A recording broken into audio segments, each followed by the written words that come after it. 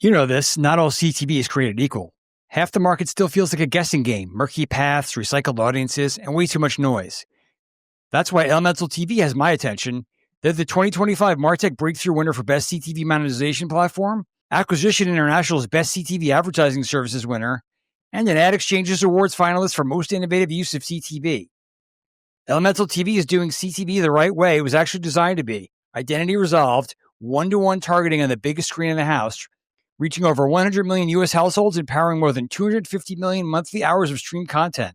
If you're still trying to close Q4 strong, this is the moment. CTV is growing at an astronomical pace, and Elemental TV is one of the few platforms that can deliver both real audience precision and real scale.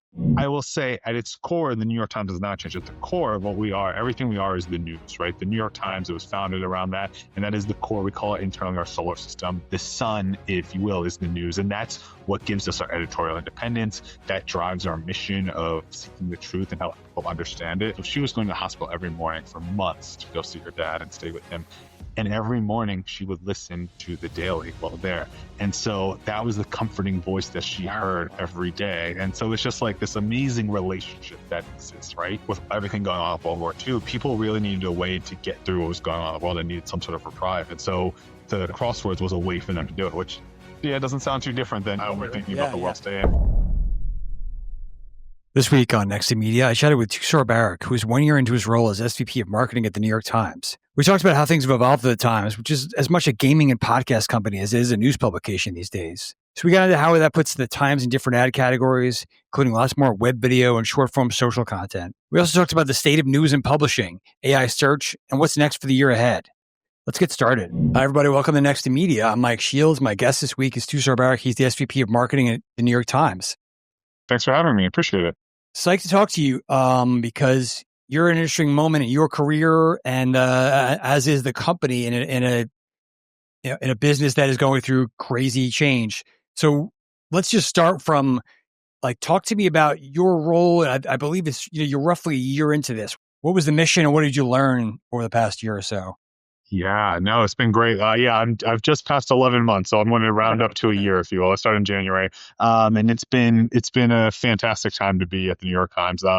It has been a very busy year for sure, but it's been great to be here. I joined back in January really to lead a couple different teams. So my role in its total didn't actually exist fully before. And so what I do at the New York Times is I'm with the New York Times Advertising, and I lead marketing across our portfolio for New York Times Advertising. So what that means is I have a number of different teams under me. I would say, just to give you a quick level set and describe what it is it starts at its core with our measurement data, audience insights, audience strategy team, really understanding the data of, because I'm a very data-driven person, of what we are, who we are, how we're resonating with our audience, being able to take that and then feed that information to our product marketing team, which is also under me. So I have two different product marketing teams under me. One is focused on our ad products, so the different types of advertising units, targeting that you see. So they take that information to be able to work with our product teams to build out and decide what we should build out for our customers. I also have what's called editorial advertising product marketing. So working with our newsroom to help build out unique opportunities for marketers and advertisers to be able to get their message and resonate alongside the different types of content that we have. And then I have what I would call your, more traditional type teams, which is comms, PR, social content and events as well. And all that's like a flywheel where we're really able to then be able to use that as a megaphone to get out there what we have, and be able to then take in more data to understand what's working, what's not, what's resonating, what's not, and then, feed the loop, if you will. Yeah. First of all, that's a lot. You might need some help there. But I think it's interesting because I think the narrative recently has been, the Times isn't the Times that we once knew anymore, right? You're over the last decade or so, it's become much more of a, there was the paid subscriptions aren't going to work to, it's a huge core part of the business. And now you're in games, you're in cooking, you got The Athletic, all these pieces. So I think that people wonder, is advertising going to play the same role as it once did in the old days? Does it matter? I know that recent earnings were very positive on that front because people wonder about publishing in general. But So that's a long way of asking what's advertising's role right now for you? Yeah. No, I mean, the reason I came to the New York Times is all that you described, right? The New York Times has evolved so much. It's actually interesting. Next year, we're going to be 175 years old. So it's pretty amazing to be at this brand that's got such a history, right?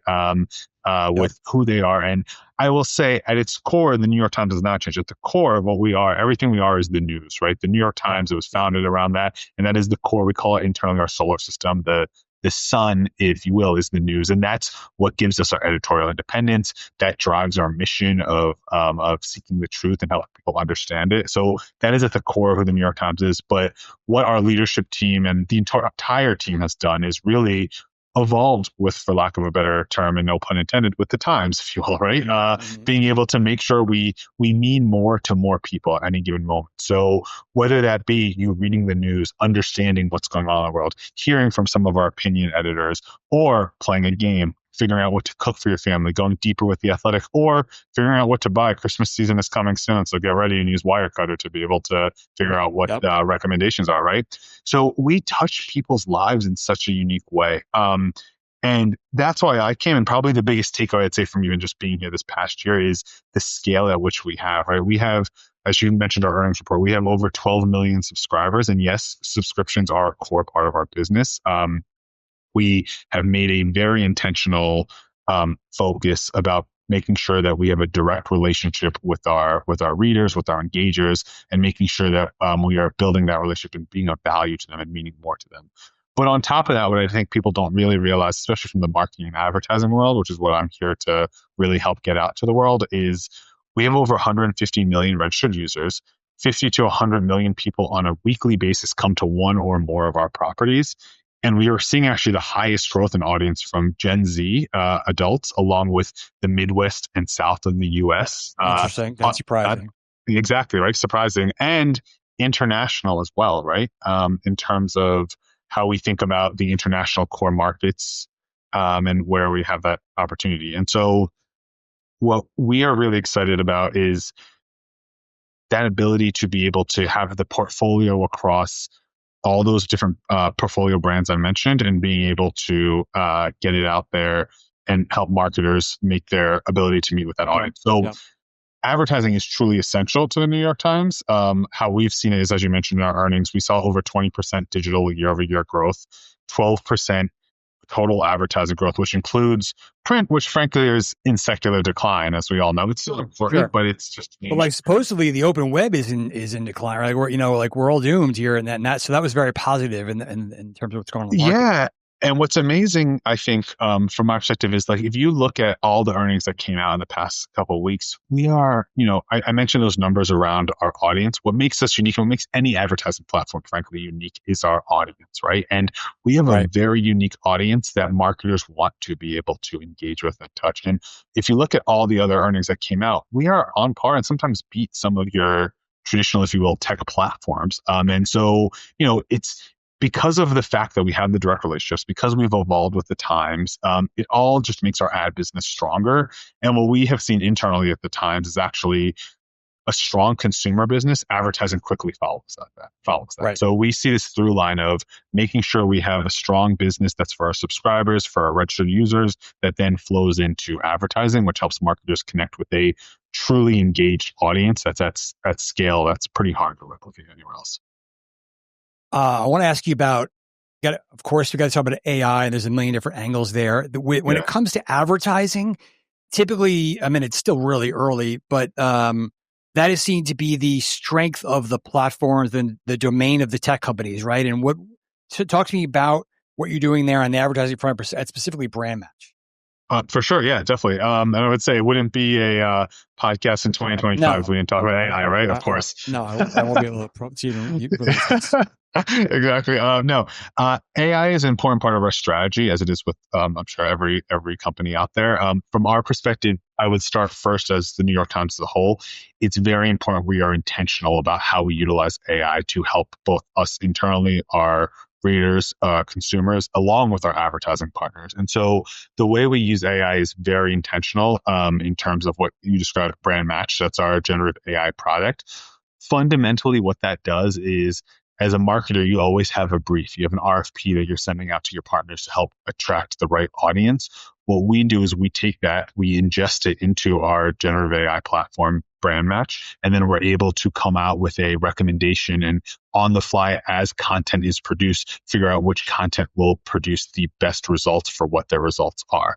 And what we've frankly seen is performance across all the different campaigns that we've run it on has performed significantly better, whether it be 30% plus click-through rates on campaigns, or even if we think about brand lift, we've also seen brand lift happen in the 30% range as well. So it's really been useful to be able to make sure we are connecting the right audience with the right marketing message, because ultimately that's what's most.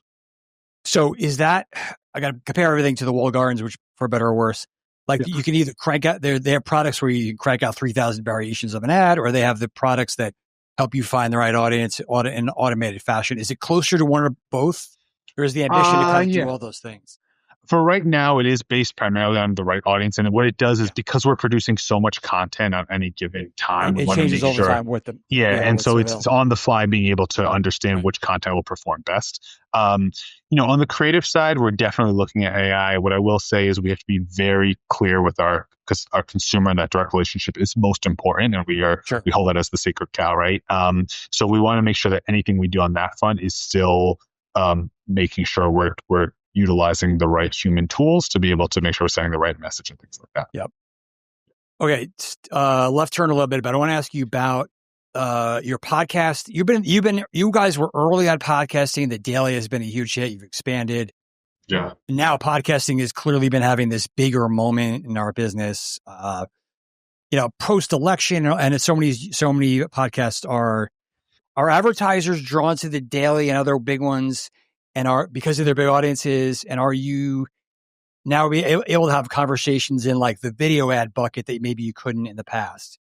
Yeah, for sure. Well, first off, the Daily and what Michael Barbaro and team have built out, and now with our new co-host as well, is just amazing. I think you might be like the most downloaded podcast that's existed. And so it's pretty amazing the following they have. I'll just tell you a quick funny side story, then we'll get into it. But when I started at the Times, one of the best things that has happened in my time since I've started is every time I tell someone I'm at the New York Times now, immediately everyone has some unique relationship or story that they have with the New York Times. It could be around, I play Wordle every day. My grandfather's played crosswords, for 25 years and does it every Sunday or something.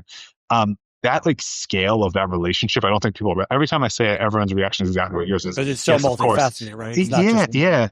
Yeah, exactly. And so the reason I bring that up is one of the best stories I heard was I was with a former colleague, and they were telling me, Michael Barbaro's voice has a very special place in my family's heart. And I was like, okay. I was like, interesting. And I know Michael, and so I got to tell him the story, and you like almost started tearing when I told him. But effectively, this person, his spouse, her father wasn't doing well, and so she was going to the hospital every morning for months to go see her dad and stay with him.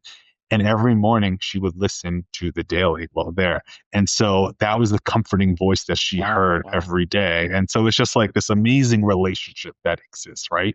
That's just like, wow. But so, sorry, to go to your question though, I think you're exactly right. No one in my family has ever listened to my pod or said anything nice about it. We'll work on that. We'll get you 12 months. But anyway, I'm sorry. Yeah, one day you'll get to a different Michael status, if you will. Yeah. I don't think I'm there yet.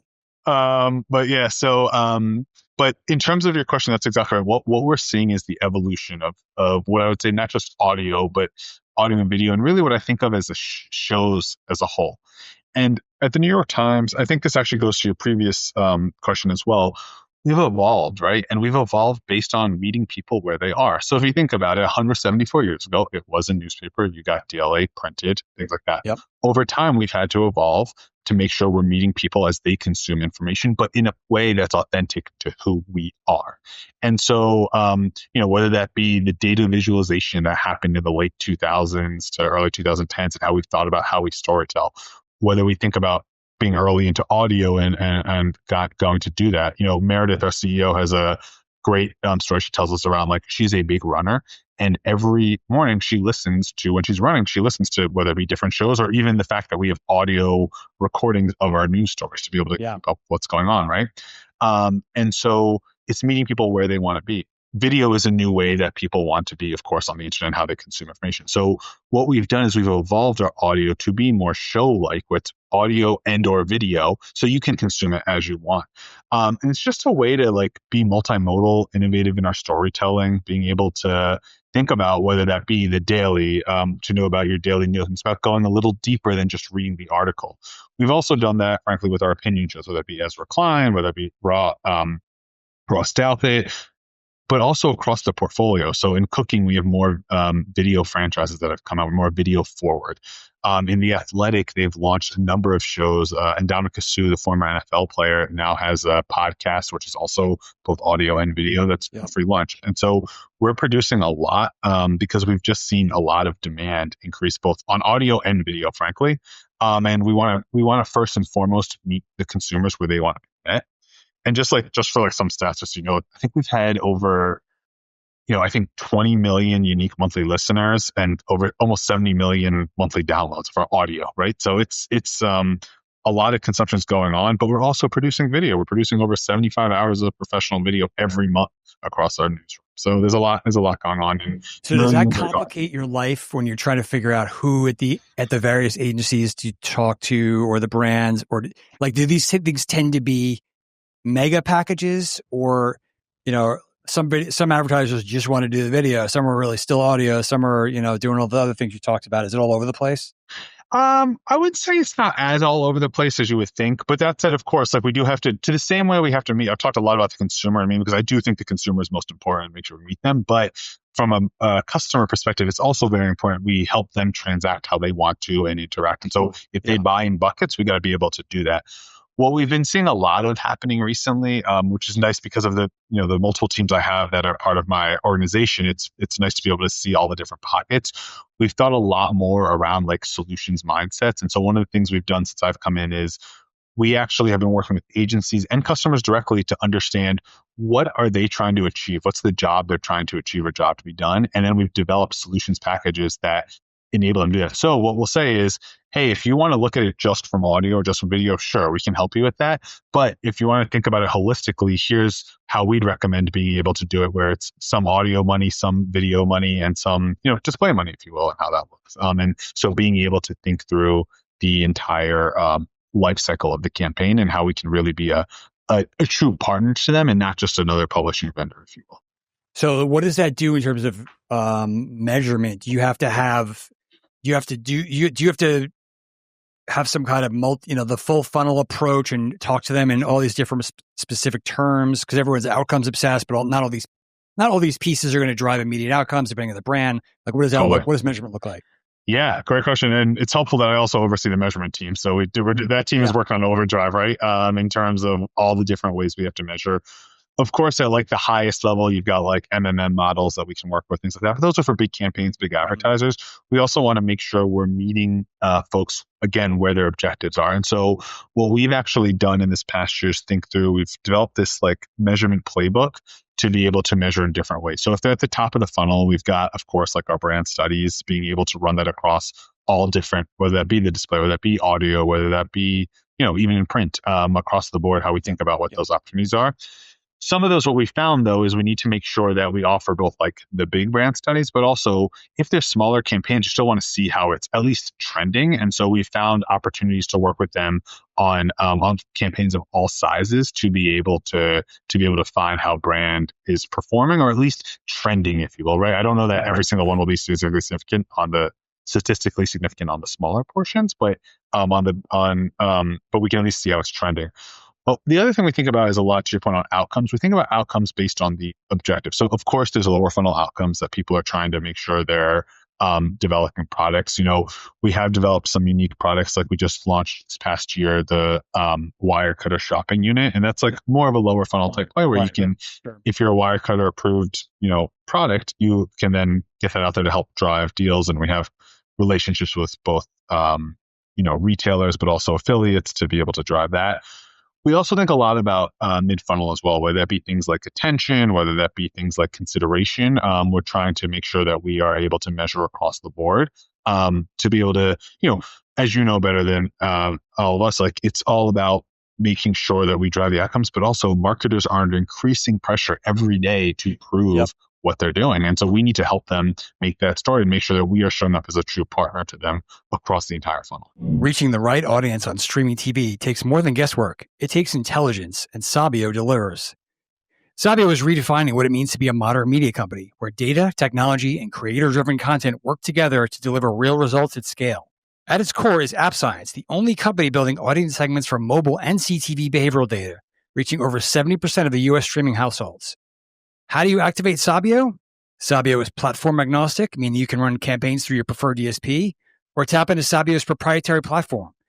With its owned and operated creator television network, Sabio unites media, data, and culture, giving brands a direct line to engaged, authentic audiences. Sabio's full-stack approach from ad serving to audience insights to creator content brings every piece of the media puzzle together, so campaigns don't just perform better, they connect deeper. Reach modern audiences with Sabio, the media company built for how people stream, watch, and connect. Learn more at sabioctv.com. That's SABIOCTV.com. What about, you mentioned several of the big names of the Times, obviously, and a lot of publications are, you guys were early on newsletters, but that's been a big phenomenon lately. It's almost like this trend towards journalists with fandoms or like a mix between creators and journalists. Do you come to brands that way and say, like, you should buy everything that Ezra Klein does, or for your because you're a good synergy, or this newsletter is going to sell this for a very specific audience? Like, do you think about things like that? Yeah, I think we think about it more around, like, of course, going back to what I started with, the New York Times, that solar system and news as the son of it all. We think about ourselves as the New York Times, and what the New York Times provide. Like, we have amazing talent, but that is both talent for off the top of your head, whether that be Ezra Klein, whether that be Ross, whether that be Andrew Ross Sorkin, Michael Barbaro. I could go on and list on people, right? That we have a bunch of great talent. We have a ton of amazing clients that you might not know off the top of your head, but when you read their articles, you then start to see the trend of how good they're going. And what the New York Times provides is that an individual creator can't get is the backing of the New York Times. And that's not just the brand of the New York Times. That is the amount of editors we have, the amount of researchers we have, the full ability to be able to do that. No one person can do that. And our biggest talent, James will say that directly to you, and so will every other person that works in the newsroom. And so as we think about it in that perspective and how we're helping to do that. So yes, there are names that come more to mind and forward, and but we don't sell it like that. We sell it as the entire portfolio.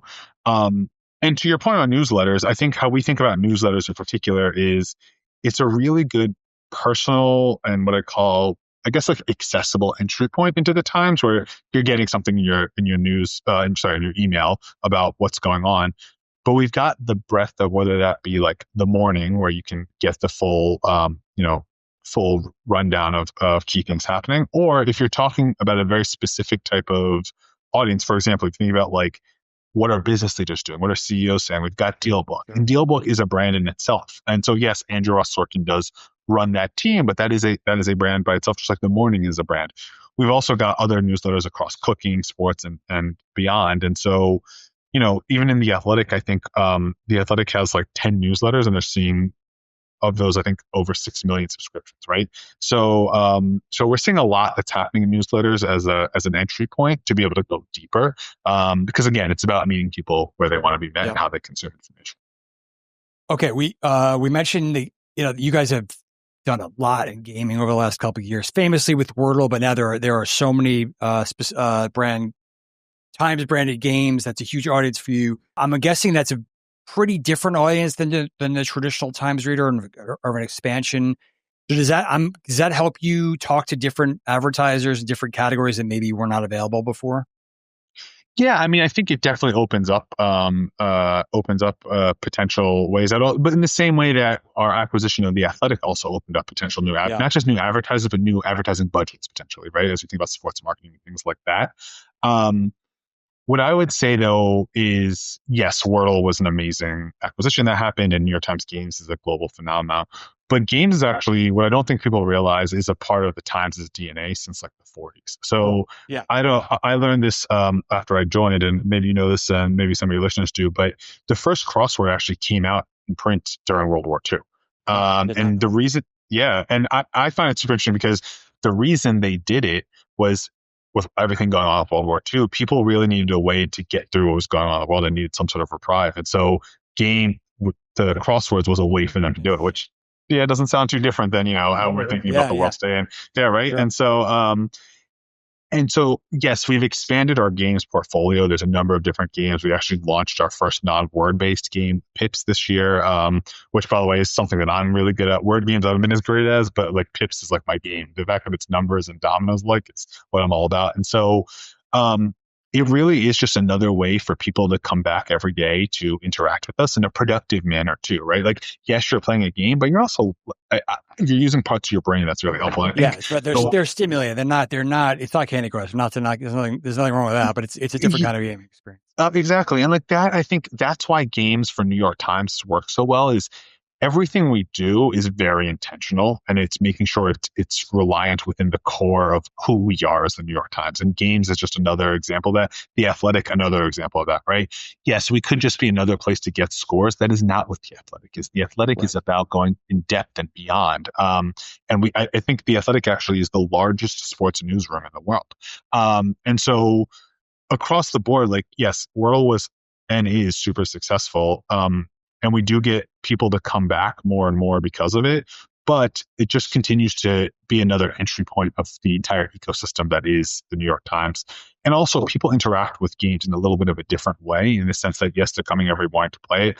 They're also doing pretty unique things in terms of sharing. So one stat my team found out this year was over 2,000 people per minute are sharing their world score, literally screenshotting it and sending it around. Yeah.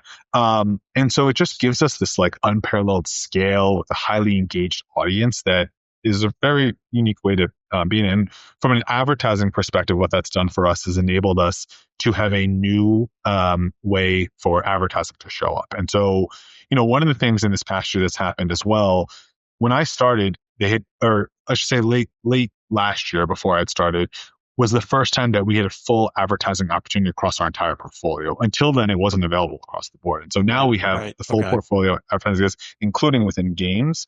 And we actually have really launched with a video forward aspect of advertising in games.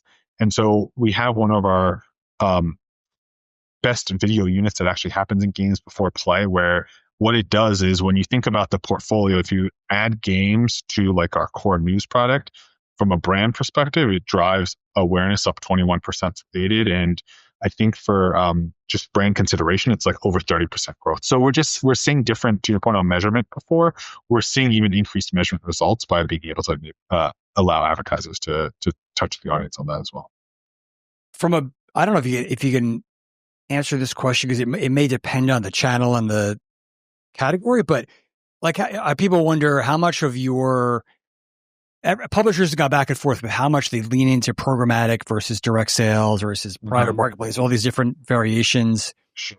And then you guys have now more inventory than you ever used to have. But then there's also the factor of like, some brands are freaked out about news or what. So what does that makeup look like with direct versus programmatic and those kind of issues? Yeah, I would say, so I would start by saying, like, in the past 18 months, we've actually invested significantly in expanding our programmatic strategy and opportunities. That said, what I will say is very intentional for us how we think about it. So just like I keep talking about meeting consumers where they are, this is about meeting marketers where they are. Programmatic to me and to our organization is just a means to be able to make it less friction, enable less friction to be able to buy. So it's the pipes. It's not necessarily all the open auction pieces, things like that. And so how do we there's make sure workflow, and then there's like exchanges. There's and it's not necessarily about driving just dollars because we have a ton more inventory. Listen, the inventory, that is scale, yes, but we have a healthy amount of demand. In this last earnings, you saw it as well. We talked about a little bit of the earnings. Like, we have healthy demand coming in. But what we want to make sure is we make it easy for marketers to buy in the way they want to. So it's really about continuing to maintain the value of who we are. And that value is not just a CPM or dollar amount. It's also the value of what ads you see, frankly, within the New York Times, and making sure it's up to the standard of who we are. We are you don't want to junk it up. Yeah. We don't want to junk it up. And it's also like, you go to some sites and you're like, you got to go through like 5 different layers to be able to see what you're actually trying to read. It is very intentional for us. Yeah, yeah. And so we want to make sure that we are there to be able to have consumers read and engage in a way that they want to. And yes, there is advertised there. And also, we're also not trying to make it suspicious, right? You should know you see an ad when you see an ad. So it's not also a feed where it's like integrated and you're not sure if you're seeing an ad or not. It's very clear that you're seeing an ad, but it's still useful to you when you see that. And so I guess to answer your question very directly, we look at programmatic primarily as a way to make sure marketers are able to transact with us how they want to, but still maintain the quality of who we are and prestige of what we have. Got it.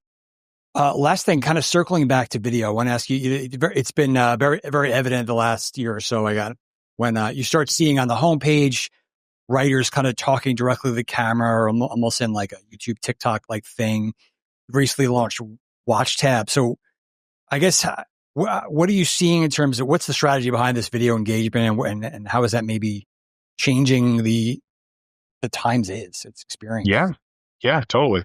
Well, I'm glad you've noticed it. So that's good. That means our strategy is working. Yeah. And if it isn't clear, that video is a core part of our strategy. And we've significantly spent a large amount of resourcing to make sure that we are able to do that. Again, it goes back to this idea of like evolving with consumer needs and making sure that we're providing it for them. And, a good friend of mine actually calls video the love language of the internet. And I love that line because it's just, that's how we consume, we consume information now.